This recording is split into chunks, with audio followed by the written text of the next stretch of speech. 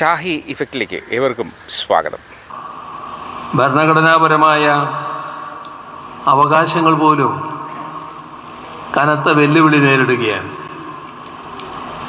മുസ്ലിം ജനവിഭാഗത്തെ രണ്ടാം തരം പൗരന്മാരായി മുദ്രകുത്താനും അവരെ പൊതുധാരയിൽ നിന്ന് മാറ്റി നിർത്താനുമുള്ള ശ്രമങ്ങൾ പല രൂപത്തിൽ അരങ്ങേറുകയാണ്. പൗരത്വ നിയമങ്ങളിലെ ഭേദഗതികൾ മുതൽ ആരാധനാലയങ്ങൾക്ക് നേരെയുള്ള കടന്നാക്രമണങ്ങൾ വരെ ഇതിൻ്റെ ഭാഗമാണ്. വിദ്യാഭ്യാസ സ്ഥാപനങ്ങളിലെ ഹിജാബ് നിരോധനം മുതൽ ന്യൂനപക്ഷ സ്കോളർഷിപ്പുകൾ വെട്ടിക്കുറക്കുന്നതുവരെ നീളുന്നു ആ വിവേചന നയങ്ങൾ. നീതിന്യായ വ്യവസ്ഥയെപ്പോലും നോക്കുകുത്തിയാക്കിക്കൊണ്ടാണ് ഇത്തരം നീക്കങ്ങൾ നടക്കുന്നത് എന്നതും നാം കാണേണ്ടതാണ്. നമ്മുടെ രാജ്യത്ത് BJPയുടെ നേതൃത്വത്തിലുള്ള കേന്ദ്ര സർക്കാരാണ് അധികാരത്തിലുള്ളത്. കേന്ദ്ര സർക്കാരും ചില ഉത്തരേന്ത്യൻ സംസ്ഥാനങ്ങളിലെ ഭരണ സംവിധാനങ്ങളും മുസ്ലിം ജനവിഭാഗങ്ങളെ ലക്ഷ്യമിട്ട് നടത്തുന്ന ആസൂത്രിതമായ നീക്കങ്ങൾ ആശങ്കാജനകമായവയാണ്. ഭരണഘടന വിഭാവനം ചെയ്യുന്ന സമത്വത്തിന് പകരം വിദ്വേഷത്തിൻ്റെ രാഷ്ട്രീയമാണ് അവിടങ്ങളിലെല്ലാം നിലനിൽക്കുന്നത്. ഇഷ്ടവസ്ത്രം ധരിക്കുന്നതിൻ്റെ പേരിലും ഇഷ്ടഭക്ഷണം കഴിക്കുന്നതിൻ്റെ പേരിലും മനുഷ്യർ വേട്ടയാടപ്പെടുകയാണ്. ഒരു പ്രത്യേക മതവിഭാഗത്തെ ക്രിമിനലുകളായി ചിത്രീകരിക്കാനും അവരുടെ സ്വത്തുവകകൾ തകർക്കാനും ശ്രമമുണ്ടാക്കുന്നു.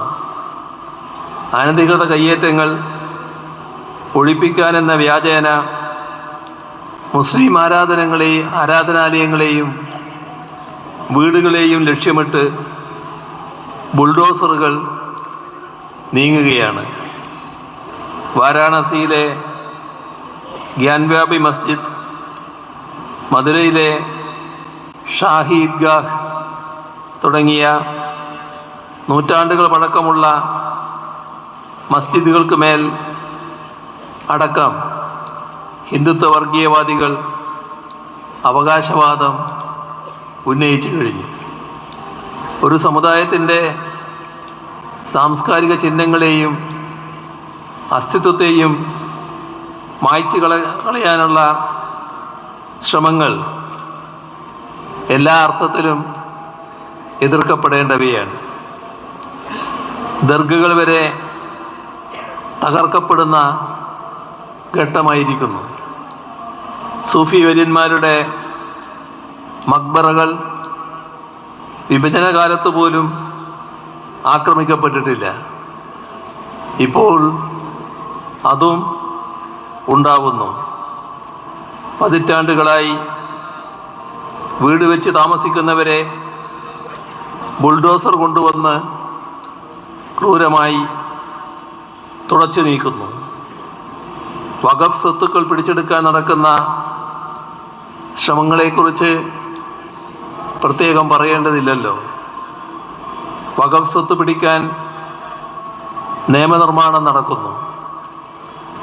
അതിനെ ഫലപ്രദമായി രാജ്യത്ത് എതിർക്കാൻ ഇടതുപക്ഷം തയ്യാറായി എന്നത് നിങ്ങളുടെ ശ്രദ്ധയിലുണ്ടാകും.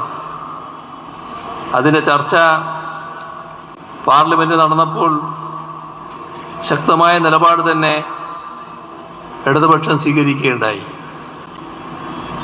മറ്റ് മതക്കാരെ കൂടി ചേർത്തുകൊണ്ട് മതി വഖഫ് ബോർഡ് എന്നാണ് കേന്ദ്രം പറയുന്നത്. ഇവിടെ ഒരു കാര്യം നാം പ്രത്യേകം ശ്രദ്ധിക്കേണ്ടതുണ്ട്.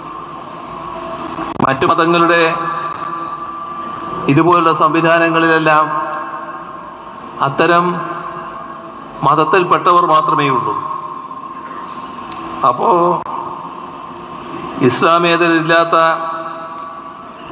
നിലയിൽ തന്നെ വരുംകാലത്തും വഖഫ് ബോർഡുകൾ പ്രവർത്തിക്കേണ്ടതായിട്ടുണ്ട്.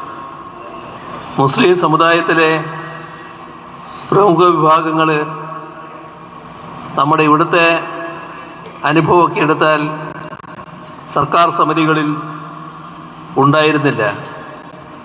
മാറ്റി നിർത്തിയ ചില ദുരനുഭവങ്ങളുണ്ടായിരുന്നു.